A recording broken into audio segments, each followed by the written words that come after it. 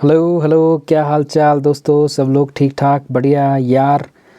मैं सिम्टम्स को एक्सप्लेन कर रहा हूँ one by one. Last video में मैंने हार्ट पल्पिटेशंस को एक्सप्लेन किया था। आई होप आप लोगों को वो अच्छा लगा होगा और आपके कन्फ्यूजन्स दूर हुए होंगे, कुछ रिलीफ मिला होगा आप लोगों को। सो आज जो नंबर 2 सिम्टम है ना, जो एनजाइटी में सबसे ज़्यादा आता है और जिससे लोग डर जाते हैं या जिससे पैनिक इंक्रीज़ हो जाता है ना, तो वो आता है ब्रीथलेसनेस। ब्रेथलेसनेस होती है फीलिंग ऑफ सफोकेशन, जिसको हम बोलते हैं hyper ventilation. Okay, hyper ventilation. इंसान को लगता है ना कि मुझे ना सांस ही नहीं आ रही है, ऐसा लगता है कि मैं चोक हो जाऊंगा, मुझे कहीं से हवा ही नहीं आ रही है, कहीं से सांस ही नहीं आ रही है, मैं सांस नहीं ले पा रहा हूँ, चेस्ट में टाइटनेस हो रही है ड्यूरिंग एनजाइटी। सो ये समझना ज़रूरी है कि ऐसा क्यों होता है, ताकि आप इस चीज़ से ना डरो और इसको वर्स ना करो। Understanding panic anxiety panic symptoms, उसमें ये नंबर 2 वीडियो है, ब्रेथलेसनेस। पहला वीडियो अगर नहीं देखा है तो वो देख लो, ताकि आप लोगों की कंटिन्यूटी बढ़ जाए। ओके, मैं यहाँ पे डराने बैठा नहीं हूँ, मैं आपको समझाने बैठा हूँ कि आपके साथ जो हो रहा है ना वो क्यों हो रहा है, उसके पीछे रीज़न क्या है, लॉजिक क्या है। ओके, सो इसको बोलते हैं शॉर्टनेस ऑफ ब्रेथ या रैपिड ब्रीथिंग। ओके, ये सारे नाम इसको दिए जाते हैं। सो क्या होता है ना कि जब भी पैनिक होता है ना, ड्यूरिंग पैनिक क्या होता है कि रेस्पिरेशन रेट इंक्रीजेस। जो रेस्पिरेशन की रेट होती है ना वो इंक्रीज़ हो जाती है। जो नॉर्मल इंस्पिरेशन होता है, एक्सपिरेशन होता है, सांस लेना और सांस बाहर छोड़ना, उसकी जो रेट होती है ना वो बढ़ जाती है। It is quicker than normal, ये क्विकर हो जाता है, क्विकर देन नॉर्मल। आपको लगता है कि आप शैलो ब्रीथिंग कर रहे हो, shallow breathing, you will feel like आपको सांस ही नहीं आ रही है, आप हवा के लिए तरस रहे हो, गैस्पिंग फॉर एयर। ओके, क्यों होता है ऐसा? आप फील कर रहे हो, सफोकेटेड फील करते हो उस टाइम। ओके, ये सारी चीज़ें होती है। जिसको पैनिक हुआ होगा या एनजाइटी होती है या पैनिक अटैक है, उसको पता है यार ये हो जाता है। ओके, इसका रीज़न होता है कि ये क्यों होता है। भाई सिंपल रीज़न है, जब भी तुम्हें ब्रेथलेसनेस होती है ना, इसका मतलब जब भी पैनिक अटैक होता है ना, तो आपके अंदर एक मैकेनिज्म शुरू हो जाता है फाइट और फ्लाइट का। फाइट, फ्लाइट या फ्रीज। कुछ भी पैनिक हो, कोई भी सिम्टम आ जाए, कोई भी फियर हो, कोई भी फोबिया हो, कोई भी सिम्टम आ जाए, उस पर आप डरे हुए हो या कोई भी आपको सिचुएशन फेस करनी पड़े और आप पैनिक हो गए, तो उसके बाद आपकी बॉडी स्टार्ट करती है फाइट फ्लाइट फ्रीज रिस्पॉन्स, जो मैं चिल्लाता हूँ हर बार कि ये हो जाता है। तो उससे क्या होता है ना कि आपकी जो डिमांड होती है ना, आपकी बॉडी की जो डिमांड होती है ना ऑक्सीजन की, वो बढ़ जाती है। Demand of oxygen increases in the body.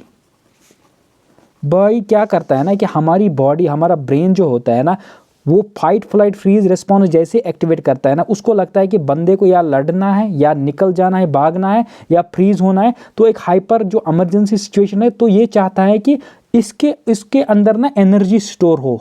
तो ये चाहता है कि ऑक्सीजन ना ज़्यादा अंदर से स्टोर हो जाए, ऑक्सीजन O2 ज़्यादा अंदर आ जाए बॉडी में, ऑक्सीजन की स्टोरेज ज़्यादा हो जाए, ताकि ऑक्सीजन, आपको पता है कि ब्लड के साथ जाएगा, ये न्यूट्रिएंट्स करेगा, लाएगा, मतलब एनर्जी दे देगा, सब कुछ करेगा, वहाँ पे सेल्स में एनर्जी क्रिएट करेगा। तो ऑक्सीजन की ज़रूरत ज़्यादा पड़ जाती है। तभी नॉर्मल ऑक्सीजन जो चाहे, जब हम काम स्टेट में है, रेस्ट स्टेट में है, कोई दिक्कत नहीं है, तब हमें ज़्यादा मतलब नॉर्मल ऑक्सीजन की ज़रूरत होती है, नॉर्मल एनर्जी की ज़रूरत होती है, कोई दिक्कत नहीं होती है। But when we are in a fight or flight or freeze response, इन तीनों में कोई भी रिस्पॉन्स में होना, तो आपकी डिमांड बढ़ जाती है, बॉडी की डिमांड बढ़ जाती है, ऑक्सीजन की डिमांड अंदर बढ़ जाती है, ताकि बंदे को ऑक्सीजन ज़्यादा मिल जाए। और बॉडी का एक रिस्पॉन्स होता है, ये स्टोर करना चाहती है। जब भी ये वाली सिचुएशन आती है ना, fight flight freeze panic situation, आप डर गए हो, फियरफुल हो गए हो, अंदर मैसेज आती है कि बंदा डर गया है, इसको कुछ भी हो सकता है, ये वाली मैसेज आती है। चाहे फियर जो है वो रियलिस्टिक हो, चाहे कोई शेर आपके पीछे दौड़ रहा हो, या अनरियलिस्टिक हो, इमेजिनरी हो, या आप किसी इमेजिनरी फियर से डर रहे हो, इमेजिनरी थॉट से डर रहे हो, तो अंदर जो मैसेज आती है ना, वहाँ पे यही होता है कि ऑक्सीजन की डिमांड है, ऑक्सीजन को हमें ज़्यादा स्टोर करना है अंदर। तो जब ऑक्सीजन को ज़्यादा स्टोर करना है, तो सांस तो ज़्यादा लेनी पड़ेगी ना, नॉर्मल सी बात है। क्योंकि आप अभी फाइट फ्लाइट फ्रीज रिस्पॉन्स में आप पैनिक कर गए हो, तो ऑक्सीजन हमें ज़्यादा स्टोर करना है अंदर से। तो जब ऑक्सीजन ज़्यादा स्टोर करना है तो सांस ज़्यादा लेनी पड़ेगी, तो सांस ज़्यादा लेनी पड़ेगी तो आपको ज़्यादा वो इंस्पिरेशन करना पड़ेगा, तभी आपको लगता है कि यार सांस ही नहीं आ रही, क्योंकि आपकी ब्रीथिंग फास्ट हो जाती है, शैलो हो जाती है। और सेकंड चीज़, हार्ट रेट इंक्रीज होता है पैनिक के टाइम पे। ओके, जब हार्ट रेट भी इंक्रीज होता है तो उसका क्या असर पड़ता है कि डिमांड ऑफ ऑक्सीजन और इंक्रीज हो जाती है, डिमांड ऑफ ऑक्सीजन, क्योंकि हार्ट के साथ, हार्ट में जो पंप करता है ना वो ब्लड पंप करता है और ब्लड के साथ जाता है ऑक्सीजन। जब अब हार्ट रेट 130 है 140 है तो इसका मतलब है पहले वो जाता था like 70 beats per minute normal, अब वो जाता है 120 130 बीट्स पर मिनट। तो इसका मतलब है जो ब्लड सप्लाई जाती है ना वो ज़्यादा जाती है। तो इसका मतलब है 70 बीट्स में जितना ऑक्सीजन जाता था अब वो 130 बीट्स में जाना चाहिए, लाइक 130 बीट्स एक मिनट में जाती है। तो ऑक्सीजन की डिमांड है ना वो बढ़ गई है और ज़्यादा बढ़ गई है। ओके, क्योंकि हार्ट भी फंक्शन ज़्यादा करता है और फाइट फ्लाइट के टाइम पे आपकी बॉडी को एनर्जी की भी ज़रूरत पड़ती है, तभी मसल्स के पास खून ज़्यादा जाता है, ब्लड ज़्यादा जाता है, ऑक्सीजन ज़्यादा जाता है। तो इंसान को क्या होता है ना, रेस्पिरेटरी रेट इंक्रीज हो जाती है, quicker than normal, shallow breathing होती है, गैस्पिंग फॉर एयर होता है, सफोकेशन फील होती है, क्योंकि डिमांड इंक्रीज हो जाती है। सेकंड चीज़ क्या होता है ना कि जो ड्यूरिंग पैनिक, आई होप मैं समझ पा लाइक आपको समझ आ रहा है मेरी बात भाई, मैं बहुत सिंपलीफाई कर रहा हूँ इसको। ड्यूरिंग पैनिक जो रेस्पिरेटरी मसल्स होती है ना, रेस्पिरेटरी मसल्स जो हमारी रेस्पिरेशन, जो लंग्स, ये ट्रैकिया आ गया, ये एक लंग्स आ गया, ये दूसरा लंग्स आ गया, ये डायफ्राम है। ओके, तो जो क्या होता है ना कि ऑक्सीजन की डिमांड तो बढ़ गई है, लेकिन ड्यूरिंग पैनिक और during anxiety, during fear, during any episode आपकी जो मसल्स होती है ना नेचुरली वो कंस्ट्रक्ट हो जाती है, वो टाइट हो जाती है। आपने देखा होगा जब भी पैनिक होता है इंसान तो उसकी नेक में पेन आना शुरू हो जाता है, उसके बाजू में पेन आना शुरू होता है, तो मसल्स टाइट हो जाती है। ये एक रिस्पॉन्स होता है पैनिक के टाइम पे। तो सेम रिस्पॉन्स यहाँ पे भी अप्लाई होता है, आपके लंग्स की जो मसल्स होती है ना वो टाइट हो जाती है, जैसे डायफ्राम मसल या अदर एब्डोमिनल मसल्स होती है, एब्डोमिनल मसल्स, ये सारी मसल्स जो लंग्स के इर्द गिर्द होती है ये टाइट हो जाती है। तो इसका मतलब है जब मसल्स ऊपर से टाइट होंगी ना तो जितना अंदर ऑक्सीजन जाता है तो इनको जो लंग्स होते हैं इनको फूलना जितना चाहिए ना, इनको एक्सपेंड जितना करना चाहिए ना, इनको ज़्यादा वर्क करना पड़ता है, क्योंकि ऊपर से इनके जो मसल्स होते हैं ना वो टाइट हो चुकी होती है। तभी आपको ऐसा लगता है कि चेस्ट में बहुत टाइटनेस है, चेस्ट में बहुत दबाव है। भाई दबाव इसलिए होता है, टाइटनेस इसलिए होती है क्योंकि पैनिक के टाइम पे नॉर्मल रिस्पांस होता है बॉडी का, वो मसल्स को टाइट करता है। ओके, मसल जब लंग्स की टाइट हो गई तो लंग्स को जितना एक्सपैंड करना था ना, तो एक्सपैंड करने के लिए उसको ज़्यादा वर्क करना पड़ता है, क्योंकि मसल्स उतनी मसल्स बहुत ज़्यादा टाइट हुई है। ओके, वो टाइटनेस की वजह से आपको फील होता है कि यार चेस्ट पे बहुत ज़्यादा दबाव है, मैं सांस नहीं ले पा रहा हूँ, क्योंकि मसल्स कंस्ट्रक्टर हैं, मसल्स टाइट हैं, उनको ज़्यादा फोर्स लगता है खुलने में। ओके, एक और चीज़ होती है कि जब हमें ये ब्रेथलेसनेस हो जाती है ना, अगर आप इफ़ यू स्टार्ट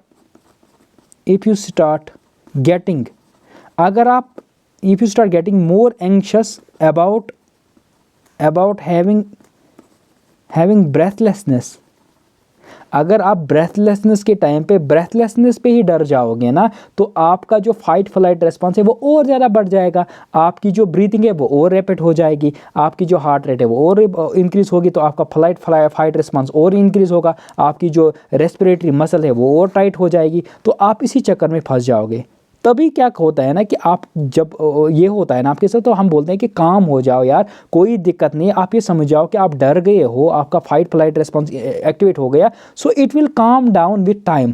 आप स्लोली ब्रीथिंग करो, आप नीचे बैठ जाओ, अच्छे से बैठ जाओ, कोई दिक्कत नहीं है, अपने आप को टाइम दो, कोई रेस्ट करने की ज़रूरत नहीं है, कोई पैनिक करने की ज़रूरत नहीं है। आपका जो दूसरा पैरासिम्पैथेटिक नर्वस सिस्टम है वो एक्टिवेट हो जाएगा, तो आपके अंदर कामनेस आ जाएगी, जब तक ये पैनिक का जो साइकिल है ना कंप्लीट हो जाएगा।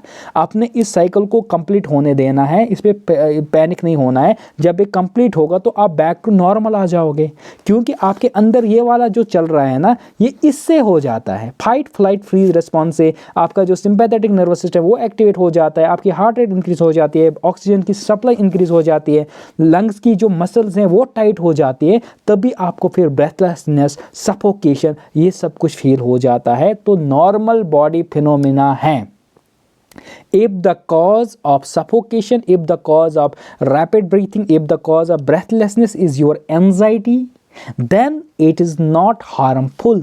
ये नॉर्मल है। आपको जब एग्ज़ाम देने जाना होता है, वाइवा होता है, तब आपको पता है क्या होता है, आपके बटरफ्लाई चल रहे होते हैं स्टमक में, आपको ऐसा लगता है कि मैं सांस मतलब ज़्यादा लेनी है मुझे, ऐसे आप करते हो हुश, ये वाली फीलिंग करते हो। क्यों? क्योंकि आपका उस टाइम तो नर्वस सिस्टम है ना वो बढ़ चुका होता है, नर्वसनेस बढ़ चुकी होती है, तो सारी जो मसल्स अंदर होते हैं वो टाइट होना शुरू हो जाती है, ऑक्सीजन की डिमांड बढ़ जाती है, हार्ट रेट बढ़ जाती है। तो नॉर्मल फिनोमेना है भाई लोग, नॉर्मल फिनोमेना है बॉडी का, इस पर क्या डरना है। अगर आपको एंजाइटी है, बताया गया है कि आपको एंजाइटी है, तो एंजाइटी से जो ब्रेथलेसनेस होती है पैनिक के टाइम पे, वो नॉर्मल एक फिनोमेना होता है, तो डरने की कोई बात नहीं है, इट्स ओके। सो अगर आप लोगों को ये वीडियो पसंद आया, क्या करना है बताओ, क्या करना है? अरे भाई लाइक करो, शेयर करो, सब्सक्राइब करो, अपने दोस्तों को भेजो, जिसको ये ब्रीथिंग वाला फियर है, फोबिया, उसको दे दो भाई, उसको समझा दो कि यार मसल्स टाइट होती है, ऑक्सीजन की डिमांड बढ़ जाती है, हार्ट रेट इंक्रीज हो जाती है, तो क्या नहीं होगा, क्यों नहीं आप ब्रीथलेसनेस हो जाएगी, क्यों नहीं ऑक्सीजन की डिमांड बढ़ जाएगी। ओके, सिंपल है यार, बहुत सिंपल है ये, ठीक है। तो इसे डरना नहीं है, इसको आने देना है, इस पर डील करना है, आराम से बैठना है, और जब बॉडी काम होगी, जब एंजाइटी काम होगी, तो ब्रीथिंग भी नॉर्मल पे आ जाएगी, क्योंकि हार्ट रेट नॉर्मल पे आ जाएगी, तो डिमांड जो होती है वो कम होना जाएगी, मतलब उतनी डिमांड नहीं है आप, तो ऑक्सीजन की जब डिमांड कम हो जाएगी तो आप ब्रीथिंग नॉर्मल कर लोगे। ओके, सो नेक्स्ट वीडियो में आएगा आप जो चेस्ट पेन होती है या चेस्ट टाइटनेस हो जाती है, sharp pain during anxiety panic, वो क्यों होती है। सो आई होप आप ये सारी सीरीज देखोगे, मैं 21 सिम्टम्स को एक्सप्लेन करूंगा। Okay, from palpitation to fatigue, from nausea to gut issue, from tingling to shaking, hot flashes, loose motion, vomiting, headaches, weak legs, sensation of losing control, depression, ये DPDR, depersonalisation, derealisation, भाई लोग सब कुछ explain करेगा आपका भाई, और वो भी साइंटिफिक वे में, वो भी नॉर्मल वे में। कोई मेडिकल बैकग्राउंड से या नहीं है, कोई एजुकेटेड है या नहीं है, कोई दिक्कत नहीं है भाई, मैं समझाऊंगा कि क्यों होता है नॉर्मल वे में, ताकि आप लोगों को फ़ायदा मिले, आप लोग इससे एंजाइटी में ना पड़ो, आप लोग पैनिक ना हो जाओ, आपको सफरिंग ना करने पड़े। मेरा मकसद ही वही है। Okay sir, see you in the next video. भाई एक और बात, इंस्टा की लिंक पड़ी हुई है, किसी को कन्फ्यूजन है तो मुझे मैसेज करे, मैं रिप्लाई कर दूंगा भाई। आपका भाई यहाँ पर बैठा है रिप्लाई करने के लिए, कोई दिक्कत नहीं है, जब भी मन हो मुझे मैसेज करो, मैं रिप्लाई दे दूंगा। बाकी यहाँ वहाँ जाने की ज़रूरत नहीं है, मैं सब कुछ एक्सप्लेन करूँगा। Okay, see you in the next video, तब तक के लिए bye bye, tata, see you.